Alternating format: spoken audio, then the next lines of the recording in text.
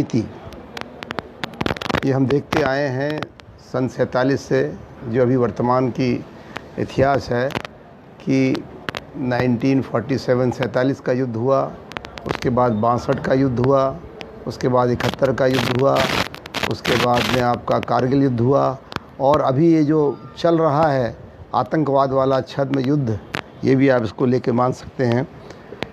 मेरा ये मानना है कि आर्म फोर्सेस का जो यूटिलाइजेशन जिसका हम उपयोग करते हैं, ये लास्ट रिज़ॉर्ट है एडमिनिस्ट्रेशन का। जब पूरा एडमिनिस्ट्रेशन फेल हो जाता है, जब सारी राजनीतिक प्रक्रियाएं फेल हो जाती हैं, तब सशस्त्र सेनाओं का उपयोग होता है। आपके रूटीन काम में सशस्त्र सेनाओं को नहीं लगाना चाहिए। जैसे कि आपकी आंतरिक सुरक्षा में जब भी पुलिस या अर्धसैनिक बल फेल होता है तो उसकी समीक्षा होनी चाहिए। ये कलेक्टर, ये सुप्रीटेंडेंट ऑफ पुलिस जो आपके पूरे 12 महीने और सालों साल जब प्रशासन देखते हैं, तो ये फेल क्यों होता है, ये क्यों ज़रूरत पड़ती है कि ये फेल हो जाते हैं सारी इंस्ट्रूमेंट, और फिर सेनाओं को बुलाना पड़ता है लॉ एंड ऑर्डर मेंटेन करने के लिए। मैंने कभी नहीं सुना कि जब भी in aid of maintenance of law arm forces को बुलाया जाता है, उसके बाद में कलेक्टर या एसपी के ऊपर कोई इंक्वायरी बैठी हो।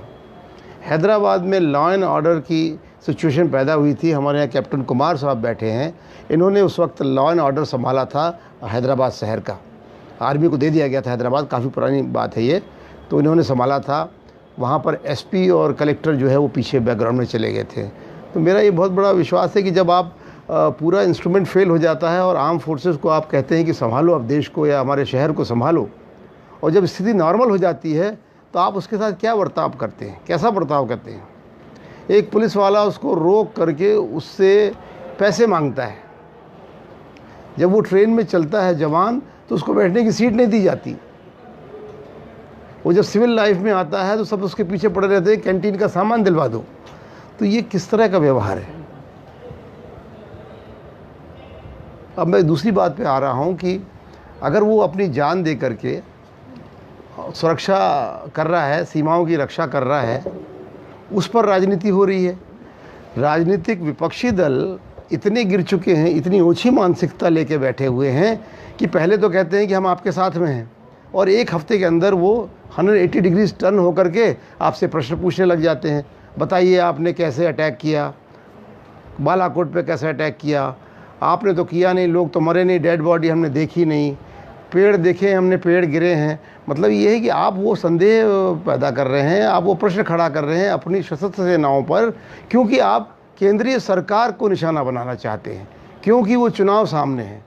तो क्या हम राष्ट्रीयता के नाम पर इतने गिर जाते हैं कि जब देश का मसला आता है, देश का विषय आता है, तो हमारे लिए राजनीति सर्वोपरि है, हमारे लिए चुनाव सर्वोपरि है, देश नहीं है।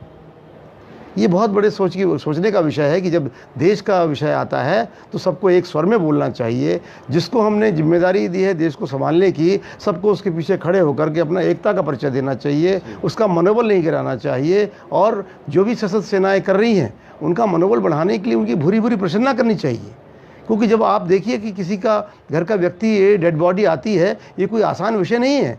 हमको ड्राइंग रूम में बैठ के हमें देख लिया कि वो मर गया, आज 1 मर गए, 3 मर गए, 4 मर गए, एक अफसर मर गया, 2 जवान मर गए, हमारे लिए बिल्कुल ये सामान्य सी होती है, खबर होती है।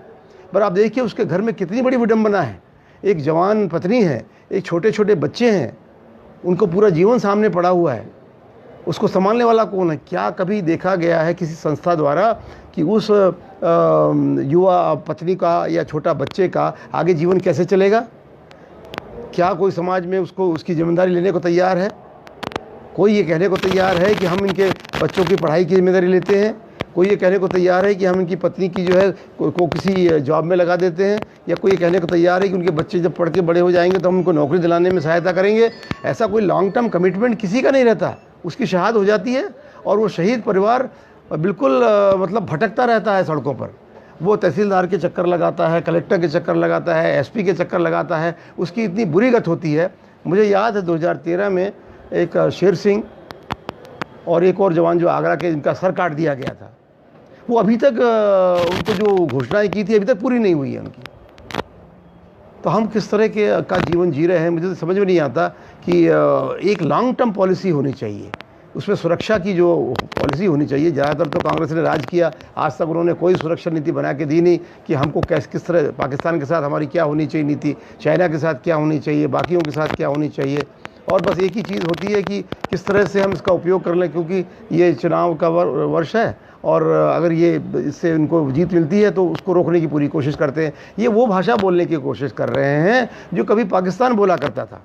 जब 47 का युद्ध हुआ, 62 का हुआ, 71 का हुआ, हम लोग विपक्ष में थे, हम लोग जनसंघ में थे।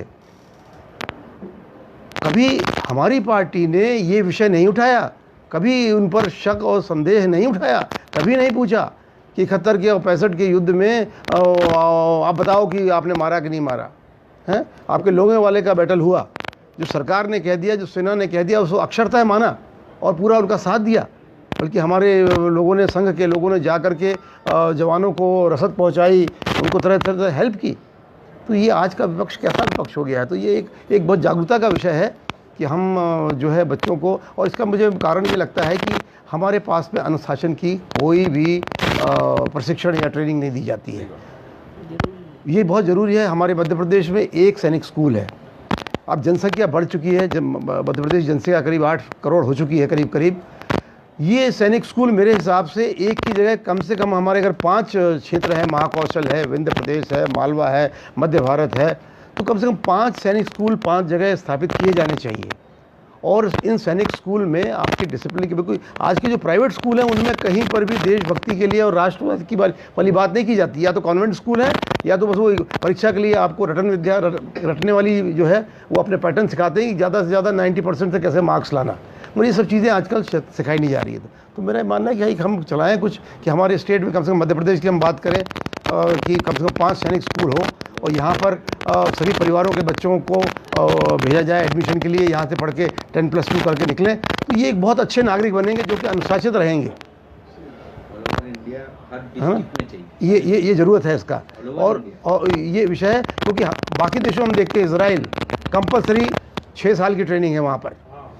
सारा वो देश अरब देशों से घिरा हुआ है। एक छोटा सा इजराइल इतनी हिम्मत रखता है कि सबको परास्त करने की हिम्मत रखता है और इतने सालों से वहाँ पर अडिग बैठा हुआ है अपनी ज़मीन पर।